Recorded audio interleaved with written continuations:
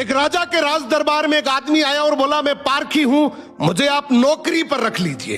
राजा बोला, नौकरी पे तो रख लूंगा, पर तनख्वाह 1 रुपए नहीं दूंगा, सिर्फ 1 पाव गुड़ और घुंघरे मिलेंगे। पारखी बोला, ठीक है हुजूर। कुछ ही दिन बाद राजा एक घोड़ा खरीद कर लाए।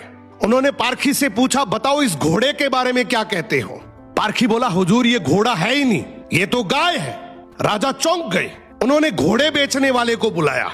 उसने कहा, साहब बात तो सही है तो घोड़ा ही, लेकिन बचपन में ही इसकी मां मर गई थी, इसे गाय का दूध पिलाया गया था, इसलिए इसकी आदतें गाय जैसी है। राजा ने हैरानी से पारखी से पूछा, तुम्हें यह सब कैसे पता चला। पारखी बोला, हुजूर जब ये चल रहा था तो नीचे मुंह झुकाकर घास खा रहा था, घोड़ा हमेशा ऊपर गर्दन उठाकर खाता है, मैंने इसकी आदतों से पहचाना।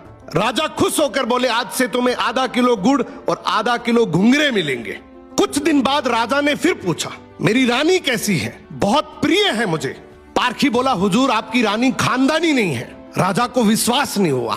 उन्होंने ससुराल जाकर पूछा, वहां दादी ने बताया, बचपन में इसकी मां गुजर गई थी, पाला तो मैंने है, मगर दूध इसे दाई मां ने पिलाया है। राजा ने पारखी से फिर पूछा, रानी के बारे में तुझे कैसे पता।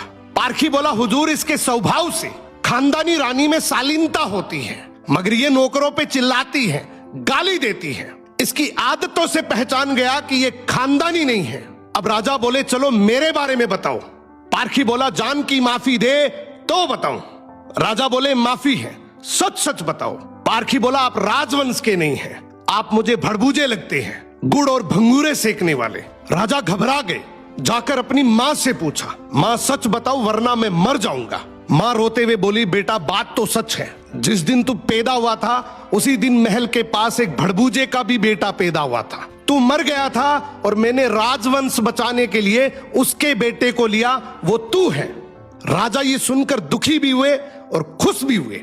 इंसान की पहचान उसके चेहरे, कपड़े या खानदान से नहीं होती, उसके चरित्र